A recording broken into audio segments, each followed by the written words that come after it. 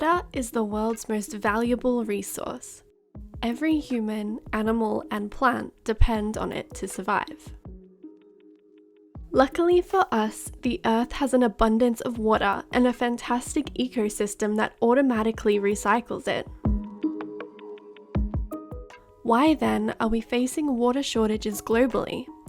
And why do experts say that the wars of the future will be fought about water?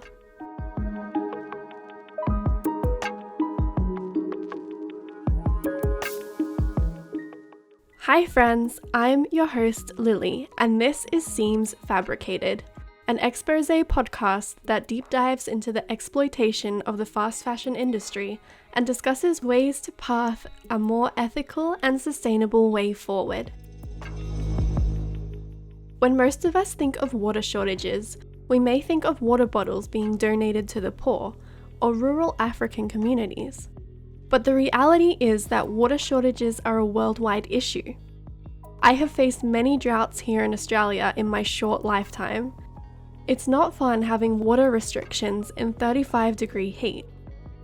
And it's expected that by 2040, many major cities will face drastic water supply issues, including London, Sao Paulo, and Melbourne.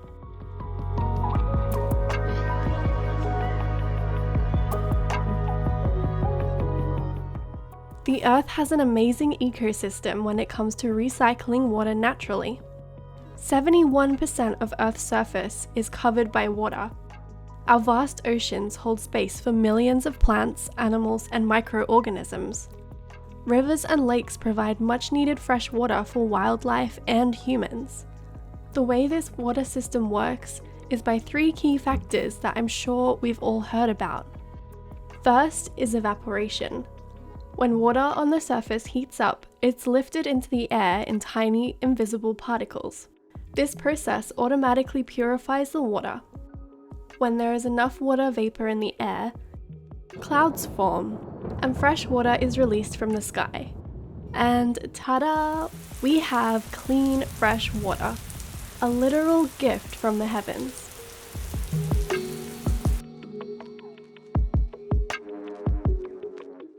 Although the Earth is filled with water, 97% is ocean water and is too salty for us to drink. Another 2% is frozen as ice caps in the North and South Poles, which leaves us humans, land animals, and plants with a measly 1% to work with.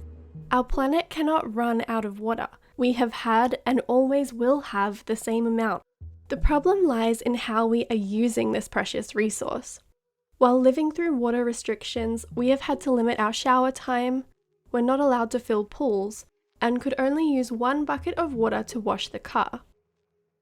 But when you compare household water usage to that of agriculture and factories, a much larger issue is unveiled.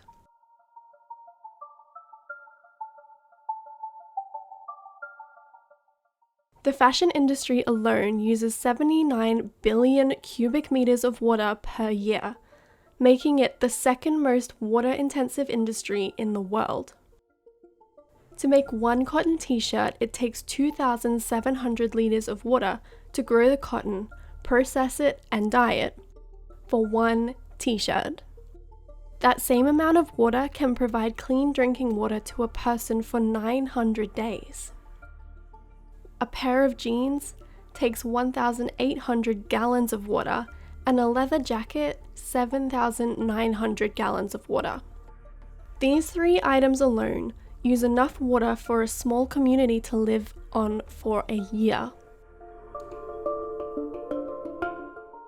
Cotton in particular is an extremely thirsty plant and requires a lot of water to grow. While farmers tend to the upkeep of growing these thirsty future fabrics, they also have to combat pests and resort to massive amounts of pesticides. These leach into the soil, air, and water, causing a multitude of problems. Pesticides were originally used as chemical warfare during World War II, and since then have been commercialized for monetary gain. Unfortunately, some of the most harmful pesticides are used on conventionally grown cotton farms, amounting to more than 10% of the world's pesticides every year, and resulting in $2.6 billion spent on harmful chemicals.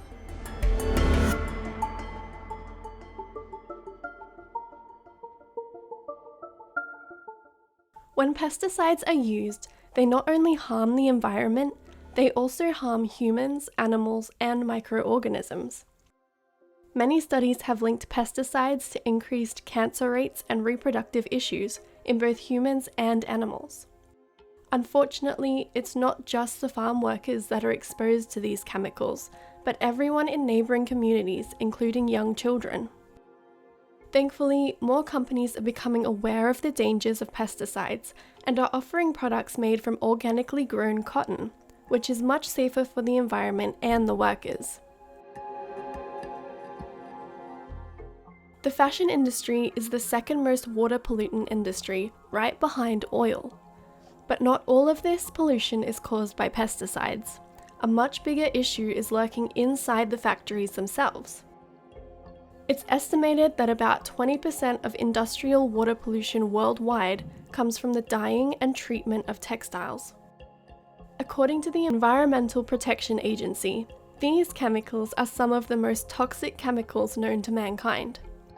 They not only put factory workers at risk daily, but create toxicity issues within entire communities.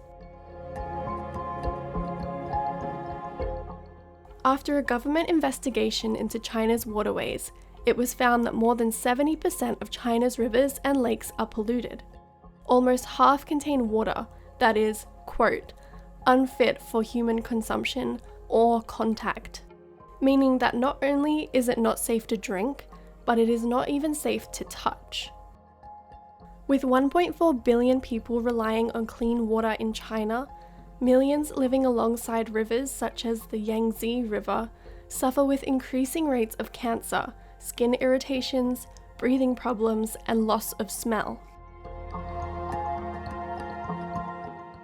Testing done on rivers like these have returned scary results, including oxygen levels of 0, complete death of natural living organisms, concentration of chemicals and heavy metals by over 50%, which means that the river is literally more chemical than water.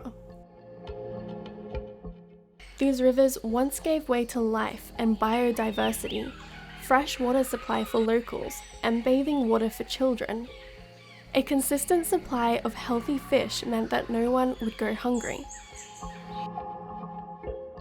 Polluting water supplies affects people on a very personal level, taking away their basic human rights to stay clean and hygienic, to be able to drink clean water and feed their families.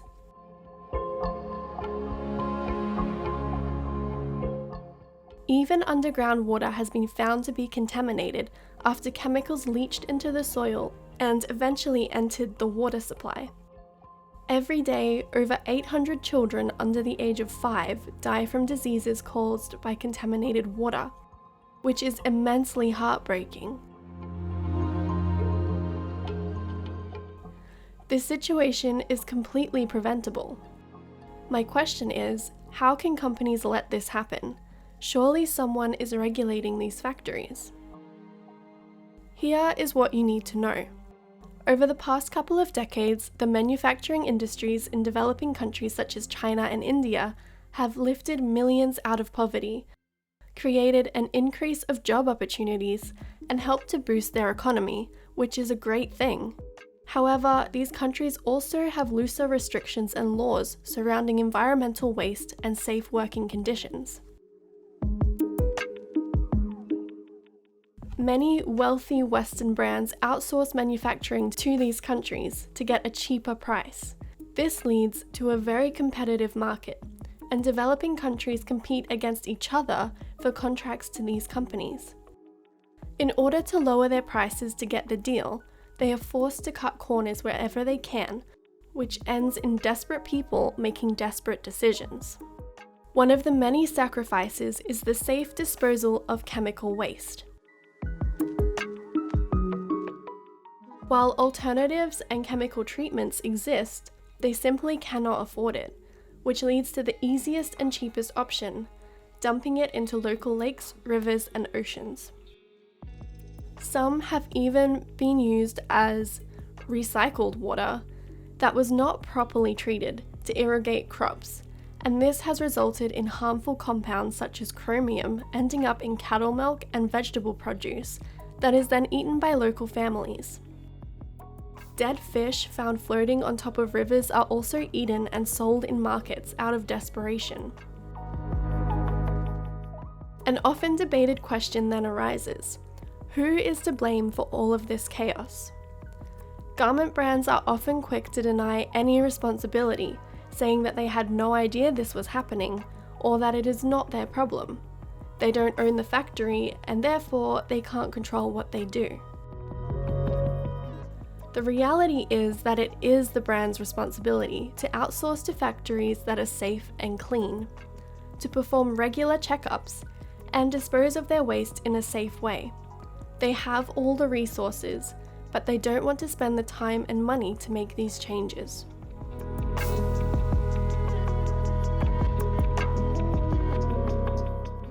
As for the rivers that are now dead, there is hope. The Thames River in London was once used as an industrial dumping ground following the Industrial Revolution. By 1957, scientists of the National History Museum of London declared the river biologically dead.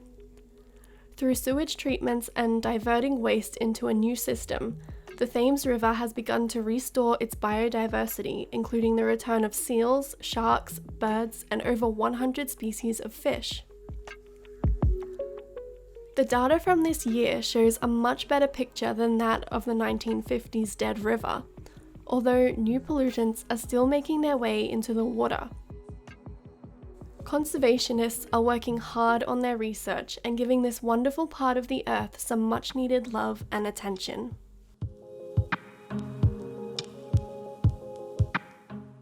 Some of these new pollutants that are affecting the waterways are microplastics and microfibers. These are tiny pieces of plastic that make their way into soil, air, and water.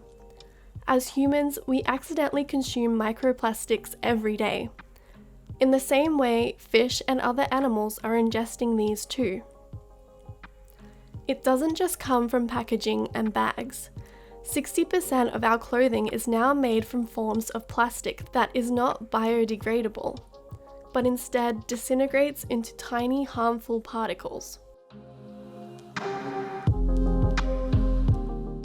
The most popular of these fabrics are polyester, nylon, and acrylic. By old clothes secretly shedding fibers and our constant washing of them, microplastics are being sent out into the world like little parasites, slowly killing wildlife. As consumers, we are oblivious to all this chaos that goes on behind the walls of fast fashion. If the labels on our clothing said, "may cause death to wildlife," or "proudly polluting the world's waterways," we surely wouldn't buy it. It is so easy to get caught up in our own reality, to believe the picture brands portray. Keep in mind, most money spent by big brands is spent on marketing their products, not on the product itself. What they are selling us is a lifestyle, keeping up with this season's trends, having an outfit that's Insta-worthy. But we forget to ask where the products we buy actually come from. And I think a lot of people don't think about it because they feel like it's out of their hands. But thankfully, the scene of fashion is changing, and there are many new ethical and eco-friendly brands and companies paving the way for a more safe and sustainable industry. Many big brands are also making an effort to change, and as consumers, we can speed up this process by asking the hard questions and demanding transparency from the companies we buy from. As a consumer, you do have a right to know where your product was made and how ethical and eco-friendly it is. From the words of leading sustainable designer Ursula de Castro, the future of the textile and garment industry begins with the 4 T's: transparency, toxicity, traceability, and textile waste.